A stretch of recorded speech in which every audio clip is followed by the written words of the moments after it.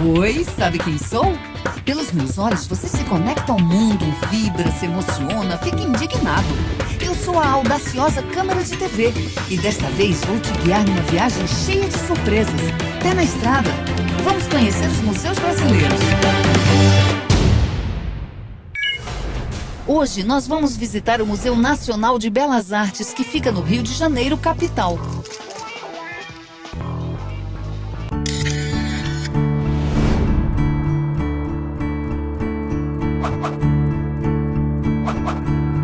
O Museu Nacional de Belas Artes possui a maior coleção de arte brasileira do século XIX e se dedica à aquisição, conservação e divulgação da produção artística brasileira e estrangeira.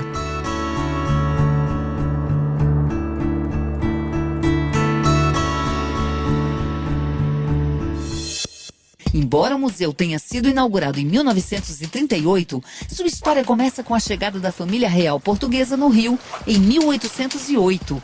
Mais precisamente com o baú do rei Dom João VI, que veio recheado de obras de arte, as quais figuram como o núcleo inicial do acervo do museu.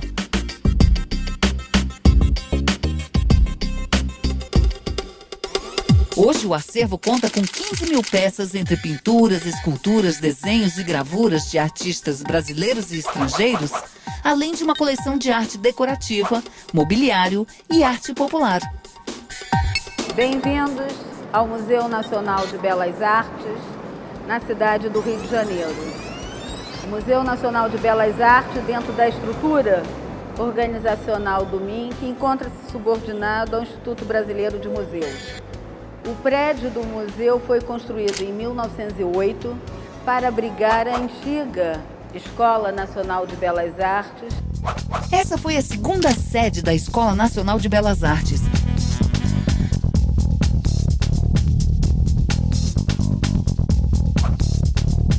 O prédio foi projetado pelo arquiteto espanhol Adolfo Morales de los Ríos, que tomou como modelo o Museu do Louvre, em Paris. Mas durante a construção, o projeto sofreu várias alterações e o resultado foi uma construção eclética, mas de qualquer forma inspirada em estilos europeus. Hoje, o museu encontra-se com o prédio todo na sua totalidade para a nossa instituição. O prédio encontra-se dividido em 4 andares, 2 andares administrativos e 2 para o público. Nós estamos aqui na Galeria de Moldagens. O museu tem 2 galerias nesse pavimento, 2 grandes corredores que apresentam as últimas moldagens feitas do original dos museus europeus. São peças greco-romanas que foram constituídas a partir do século XIX e a última tiragem foi feita no início do século XX. O outro corredor apresenta a Galeria de Esculturas Estrangeiras. Ao meu lado temos a Meditação Sem Braço de Rodin. É uma réplica, uma das tiragens feitas no século XX. Temos também ao fundo da galeria o Menier, grande escultor belga, com a escultura Ceifeiro.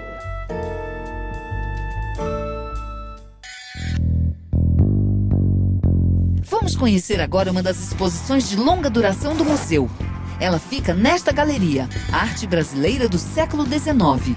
A Galeria de Arte Brasileira do século XIX, eu diria que é o retrato mais aproximado, mais fiel ao que reproduz o desenvolvimento das artes visuais no Brasil durante o século XIX. Então, as pessoas que visitam essa galeria têm uma ideia do desenvolvimento das artes produzidas no Brasil durante o século XIX, que é um século formativo das nossas artes visuais, quer dizer, é a escada, é o prólogo da arte moderna brasileira do que veio depois. A exposição começa com uma rápida referência à produção do século XVIII. E dentro desse espaço, nós salientamos a pintura São Pedro de Alcântara, que é de autor desconhecido. É uma obra inédita, ela nunca havia sido exposta aqui no museu e ela é de origem de uma igreja em Pernambuco e reproduz as feições, quer dizer, as feições imaginárias, evidentemente, do padroeiro do Brasil, São Pedro de Alcântara, né? Que depois foi destronado pela Nossa Senhora Aparecida, mas na verdade o padroeiro do Brasil original, São Pedro de Alcântara. A arte brasileira produzida no Brasil no século XIX, ela começa realmente nesse espaço, nesse segmento, com as obras dos artistas denominada Missão Artística Francesa. Eles chegaram no Brasil em 1816 e foram responsáveis pela criação da Academia Imperial das Belas Artes, que mudou completamente a feição das artes no século XIX. Alguns desses artistas têm uma relação profunda com o Brasil, como o caso do Jean-Baptiste Debré, que é autor de um livro importantíssimo, A Viagem Pitoresca ao Brasil, e que é uma espécie de retrato do Brasil da época. O retrato de Dom João VI, o desembarque de Dona Leopoldina e a sagração de Dom Pedro I são trabalhos de pintura histórica. Então, ele era o professor, inclusive, o primeiro professor de pintura histórica da academia.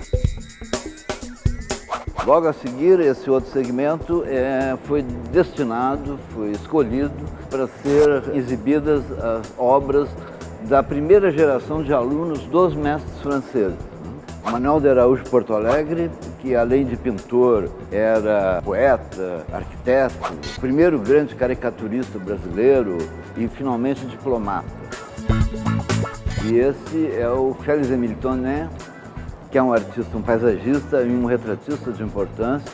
Chegou a ser diretor da Academia Imperial, aliás, um dos mais importantes diretores da Academia Imperial, e foi o preceptor dos filhos de Pedro II e foi autor desse retrato de Pedro II ainda adolescente, com 13 anos de idade. E é um retrato raro de se ver de Pedro II ainda adolescente. Do outro lado da galeria, eu diria que fica isso daqui, nós vamos ver essas pinturas, essas obras são mais ou menos de meados do século XIX. Meados do século XIX e segunda metade do século XIX. Elas estão colocadas nesse conjunto porque é o momento em que a paisagem começa a se destacar aqui no Brasil, a produção de paisagem. O Agostinho da Morta é um artista pouco conhecido aqui no Brasil, mas de grande merecimento. E numa dessas recentes publicações de 1000 obras de arte para você ver antes de morrer, a única representante do século XIX brasileiro é essa pintura Mamão e Melancia do Agostinho da Morta.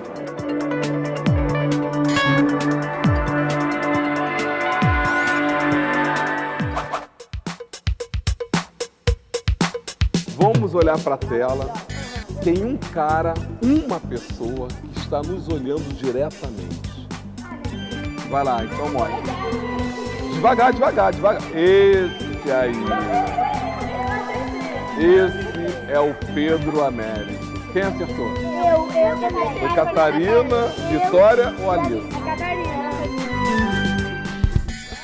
Esse segmento da galeria é dedicado aos dois pintores brasileiros mais populares do século XIX. O catarinense Vitor Meirelles e o Pedro Américo, que era nascido na Paraíba. Os dois pintores são os grandes nomes da pintura histórica no Brasil. As duas peças realmente que chamam a atenção de todos, pessoas que vêm de diversas partes do Brasil para verem a Batalha dos Guararapes, do Vitor Meirelles, e a Batalha do Havaí, do Pedro Américo. A Batalha dos Guararapes, de Vitor Meirelles, reproduz uma cena da guerra entre portugueses e holandeses em Pernambuco no século XVII. Junto com a Batalha do Havaí, elas formam, evidentemente, as duas maiores pinturas de cavalete que existem aqui no museu, sendo que a Batalha do Havaí é uma das maiores pinturas de cavalete do mundo inteiro. A Batalha do Havaí, travada entre o Paraguai e a Tríplice Aliança, aconteceu em 1868, durante a Guerra do Paraguai. E um detalhe importante, curioso, é de que Pedro Américo se retratou na figura desse soldado brasileiro que tem o número 33 no cap. E o Pedro Américo não esteve no Paraguai, fez a composição da Batalha do Avaí através de fotografias, etc. Ao contrário do Vitor Meirelles, que esteve em Pernambuco e fez uma série de estudos preparatórios para aquela pintura Batalha dos Guararapes. Eu gostei muito porque... eu gosto. É a primeira vez que eu vejo um quadro de guerra, assim, e é muito grande, eu gostei. Aí me chamou mais atenção. Além da pintura histórica, outros capítulos significativos da arte produzida no Brasil no século XIX foram as pinturas ao ar livre, quando alguns pintores deixaram seus ateliês e foram pintar em loco. E o movimento romântico das artes visuais. Nós temos a escultura do Francisco Chaves Pinheiro, que é uma espécie de manifesto romântico, porque é uma alegoria, evidentemente, ao Império Brasileiro, às armas do Império, mas é a figura de um índio, né? Um índio, evidentemente, com uma expressão heróica, quase um índio meio grego, assim, mas de qualquer maneira, é evidentemente que é uma representação idealizada do índio, mas vale a intenção de colocar o índio como uma figura simbólica do Império. E a Iracema, do José Maria de Medeiros, que era um pintor português que se radicou aqui no Brasil, aluno do Vitor Meirelles, e essa é a cena retirada do romance famoso de José de Alencar, Iracema. O ambiente é muito agradável, dá para ficar por um dia inteiro sentado na frente de um quadro apreciando. Dá mesmo para ficar apreciando por longos momentos. Mas o museu é muito grande e eu vou ter que ser rápida hoje. No próximo bloco vamos conhecer a biblioteca, o setor de reforma e restauro e outra exposição de longa duração de arte moderna e contemporânea brasileira. Fica aí que eu já volto.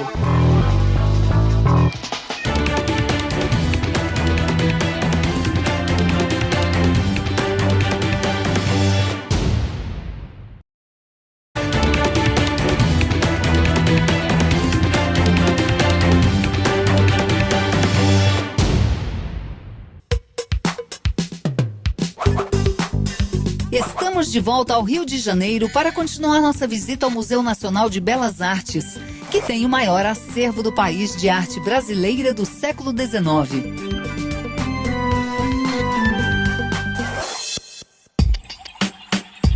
Ele fica neste prédio de estilo eclético construído entre 1906 e 1908.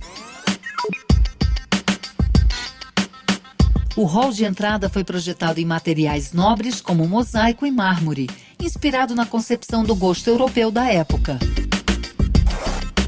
Apesar do museu ter fama pelo seu importante acervo de arte do século XIX, ele também possui produções mais recentes, que ficam nesta galeria de arte moderna e contemporânea.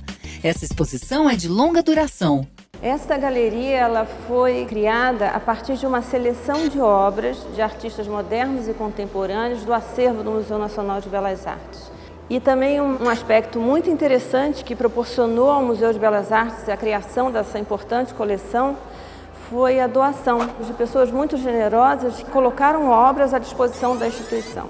Elas estão em duas salas contínuas, onde o museu tenta mostrar para o público a arte brasileira do início do século XX até a contemporaneidade.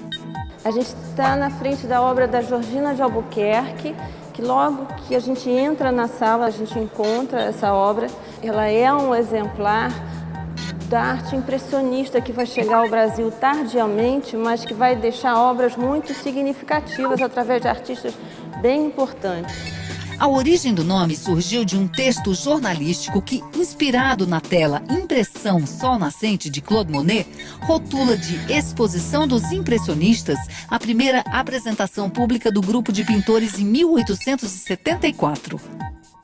E também na sala a gente encontra 4 obras do mais importante artista do impressionismo brasileiro, que é o Eliseu Visconti. Ele traduz para a realidade brasileira e a gente, prestando um pouquinho atenção, chegando um pouquinho mais perto da obra, vai poder reparar essa pincelada solta, né, a claridade, a brincadeira com a luz, a influência da luz sobre as obras.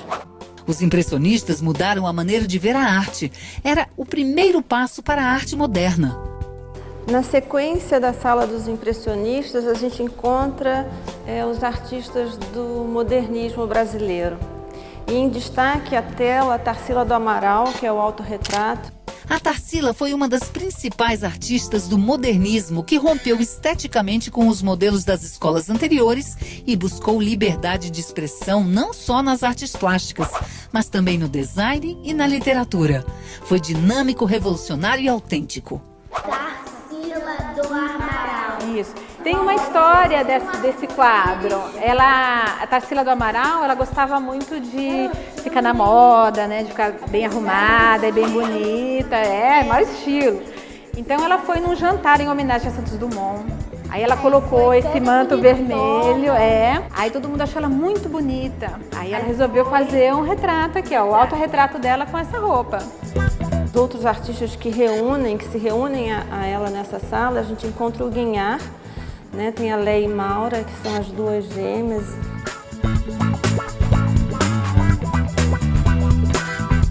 E na sequência, a gente vê uma pintura também do Di Cavalcanti.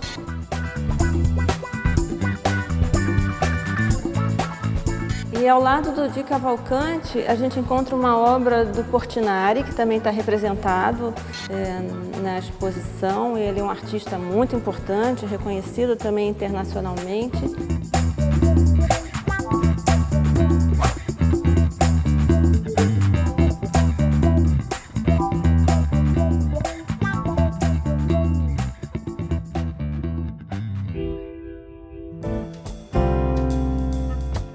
A pintura Lapa, do Iberê Camargo, que é outro importante artista brasileiro, essa obra foi premiada no Salão. Ela ganhou o prêmio de viagem ao estrangeiro e cada um desses prêmios era muito importante para o artista, porque era a possibilidade deles irem para outras escolas, conhecerem outros lugares, não é? Além da apresentação em ordem cronológica, a exposição reservou um segmento para os autorretratos ou retratos de artistas.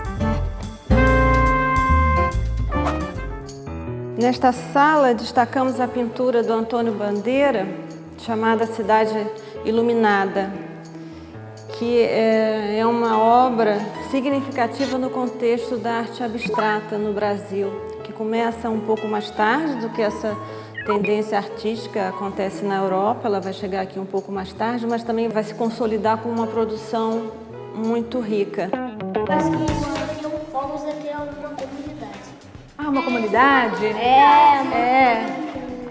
é um fogos. São fogos.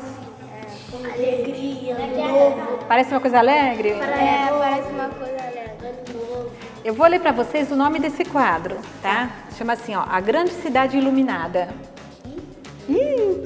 Uma das coisas interessantes aqui é que no percurso da galeria podemos ver o mesmo artista situados em momentos diferentes. Por exemplo, aqui temos um Iberê Camargo em uma fase abstrata, como é mais conhecido. Lá atrás vimos um Iberê na fase figurativa. Isso possibilita uma leitura mais ampla do artista. Essa pintura é do Volpe, que é um artista também famoso e que essa fase da pintura dele é muito conhecida. Esta pintura do Volpe encerra o circuito dentro do contexto da arte abstrata e a gente apresenta uma outra proposta dentro da sequência de salas da galeria. Essa outra proposta vai esperar um pouquinho. Antes, vamos dar uma olhadinha na biblioteca do museu, que é especializada em artes plásticas e visuais do século XIX. Nela você pode encontrar vários documentos, entre elas, algumas aqui, alguns exemplos, né, que podemos apresentar. É a publicação de Jorge de Vasari. Ele é italiano, conhecido mundialmente como historiador da arte, o primeiro historiador da arte. Entre as obras raras, nós podemos apresentar a seguinte obra. É a mais antiga que eu tenho aqui na biblioteca, Histoire de Arte, do Winckelmann. Nós também temos os catálogos do Salão Nacional de Belas Artes. Esse é um exemplo. Esse é datado de 1948, terceiro Salão Nacional de Belas Artes. Este é o primeiro anuário do Museu Nacional de Belas Artes, importante publicação para os curadores da instituição. Realmente é uma biblioteca de referência, então todos os pesquisadores eles vêm buscar esse material aqui, essas documentações preciosíssimas que nós temos aqui na instituição. Vamos agora até o laboratório de restauração para a gente entender melhor qual o trabalho do restaurador?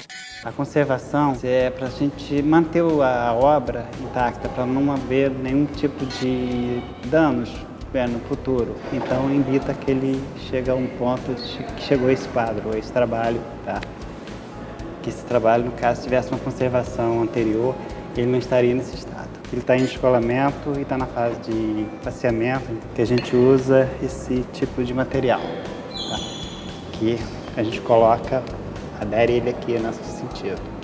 Um adesivo adequado para esse tipo de material. É um teste de limpeza, que é a remoção do verniz.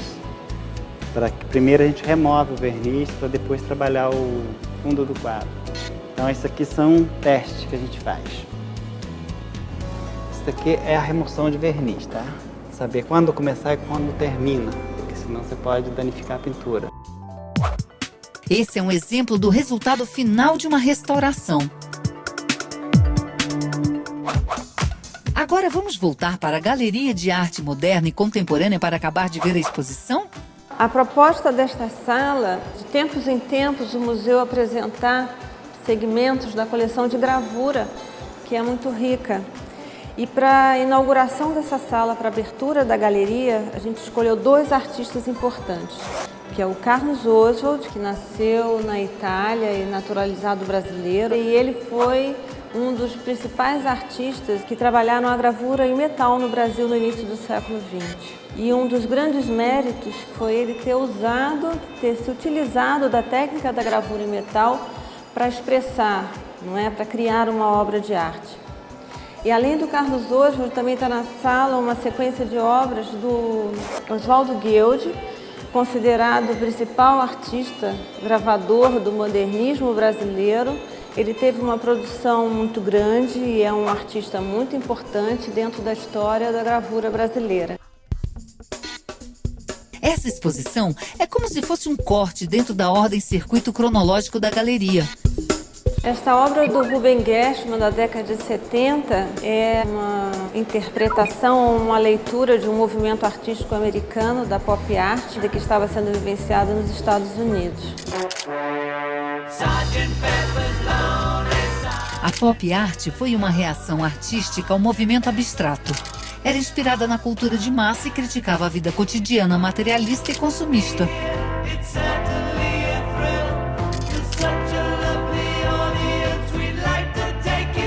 Junto à obra do Ruben Gershman, a gente tem uma escultura do José Tarcísio.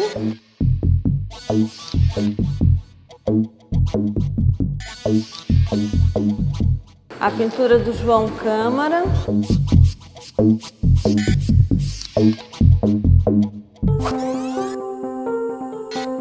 Nessa sala são apresentados artistas que participaram da exposição Como Vai Você Geração 80, que buscou propostas novas para a pintura no Brasil.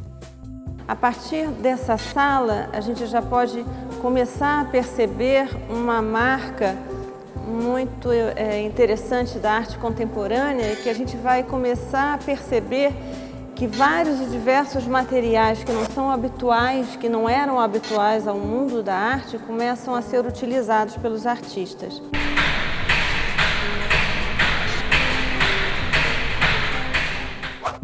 Adorei essa aula de arte moderna e contemporânea, mas ainda tem muita coisa para ver. Só vindo pessoalmente, assim você pode aproveitar para ver também as exposições temporárias que são exibidas por aqui.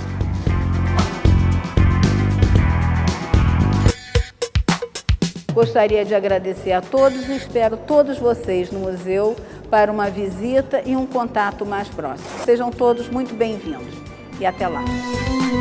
E para ter mais informações, entre no site e aproveita para anotar o endereço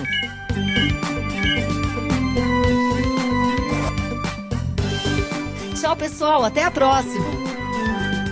Os museus são conceitos e práticas em metamorfose. Os museus são casas que guardam e apresentam sonhos, sentimentos, pensamentos e intuições que ganham corpo através de imagens, cores, sons e formas. Os museus são pontes, portas e janelas que ligam e desligam mundos, tempos, culturas e pessoas diferentes.